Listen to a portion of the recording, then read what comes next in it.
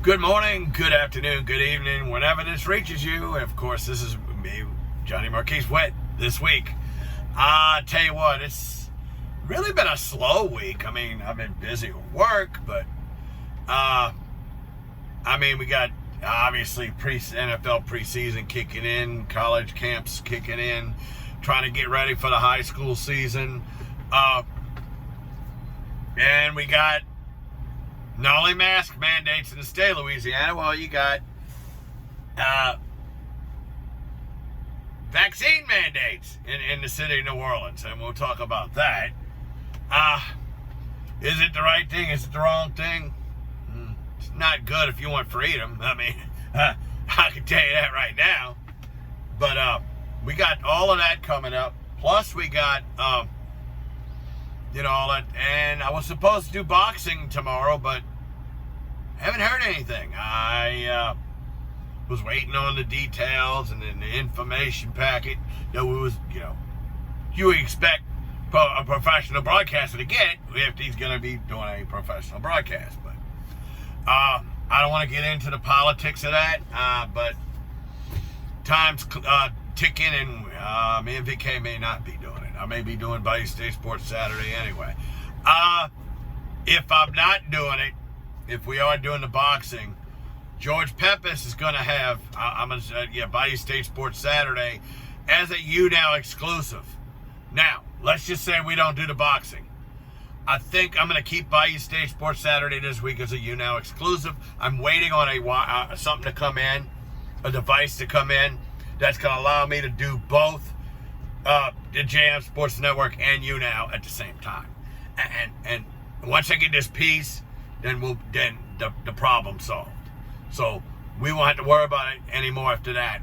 But yeah, that's the plan. If we do the boxing on Fight TV, and me and VK make the trip to Laurel, Mississippi, then George will have it on his UNOW stream. He goes under the name George_1970. So why? He was born in 1970. That's not what I come up with. But yeah. So we'll do that. If we do it, then obviously we'll be at James. I had to make a decision 1 o'clock because I didn't want to call James Restaurant and tell him, I'm not coming, and then lo and behold, guess what? I need to come. That didn't sound good. I heard it. Now I need to show up. Yeah, that's a better word. I caught it. I'm like, oh boy, that didn't sound good. Didn't sound good at all. Yeah, so if we do that, we'll obviously, supposedly now, like the NFL teams would use the first 3 preseason games to, get their starters to reps, as many reps as they really could without getting them really too many people injured or any of them injured. What they're doing now, according to Sean Payton, because they trying to still make this decision between Jameis Winston and Taysom Hill, which a lot of people, and myself included, don't think that's really a competition. I think Sean Payton's doing this to give it the look, trying to tell Jameis, hey, you're still going to have to earn it. I think that's what it's about. I mean, I just don't think you're going to take your base offense, run your base offense with a Taysom Hill. I can't see that. I cannot see that happening at all whatsoever. So, and he already said, you got to read between the lines. He's not changing his offense to a Baltimore Ravens style offense. Man, my eyes are burning all of a sudden. Yeah, finally get better sound from this. I'm trying to figure out what. Okay. Oh. Yeah. He's not switching to that Lamar Jackson type offense and running with Taysom Hill. It's not doing that. I don't care. I think they're starting to like their receiving core. I think there's guys that are stepping up, and I really believe this. We'll find out tomorrow night how it's going to work. But we know, I believe this week it's going to be Jameis starting, Taysom second. Next week he's going to flip it and let Taysom get the start. And we'll figure. But I'm telling you, Taysom Hill's actually starting to look better. I'm not going to say, I think overall, I think Jameis Winston's looked the best. Running the base offense, yeah. Because you're not going to have Jameis Winston running no Lamar Jackson style. That's not going to happen. That's not going to happen. So who knows? And then now this Michael Thomas thing this week, there was a lot of talk, a lot of people going around saying that. Wait, not that it was suggesting that Michael Thomas demanded a trade, but then because he's injured, that the Saints wouldn't get as much for him. Oh, and people can get him on the cheap. Cheap? Yeah, right. Get him on the cheap? No, I don't think so. He's future Hall of Fame talent. I ain't no. They're talking about a 2 and a 3. For Michael Thomas. Yeah. Okay. Sure. Yeah, that's going to happen. I guarantee you one thing. He's not going to be traded until after he gets on the field and proves that he can play. And then get the value that he had back. Then he'll do it. So, we'll do that. Moving on from that. Before I start talking LSU, let me do this. This just happened on Wednesday. No, it was Thursday. No, it was Wednesday because I wrote the story Wednesday night. Wednesday night, we were able to make the announcement for the color analyst for John Ehret Patriots football on the Jam Sports Network. George Peppers did give me the good news and the news we were expecting to hear.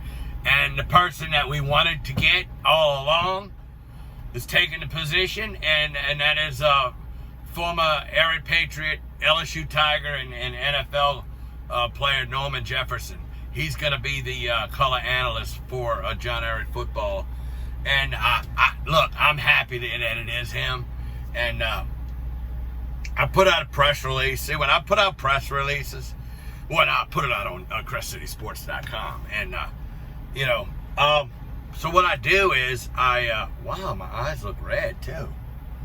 What I do is this. I put it in like it's just a release. It's not in my words.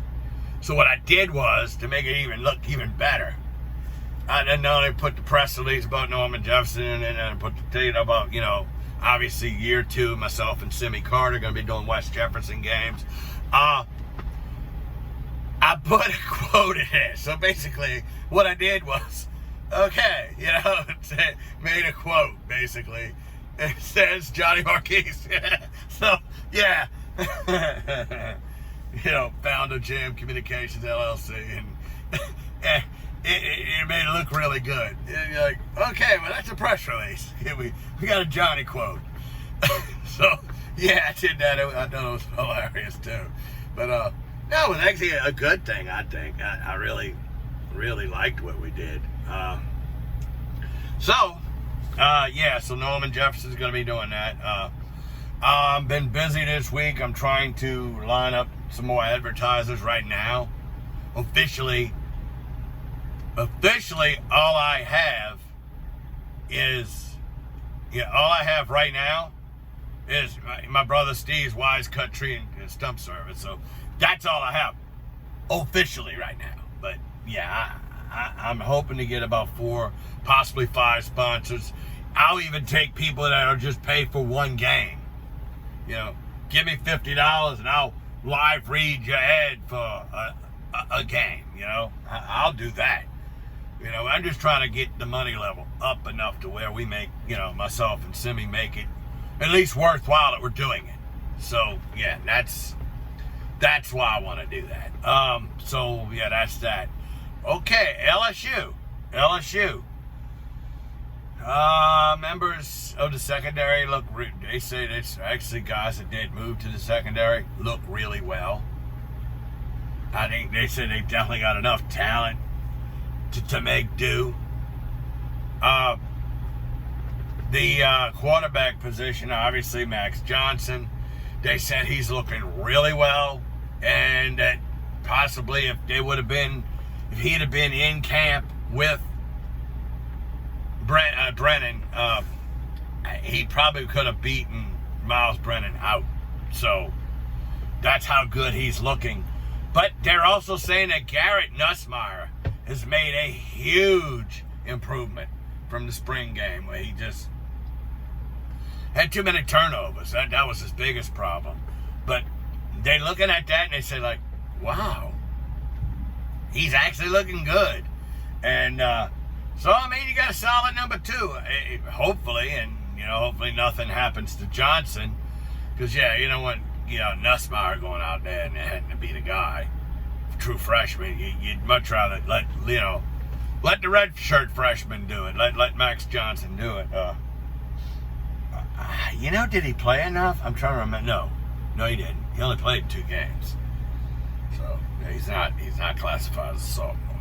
But yeah, that's good. But yeah. So Nussmeier's looking good.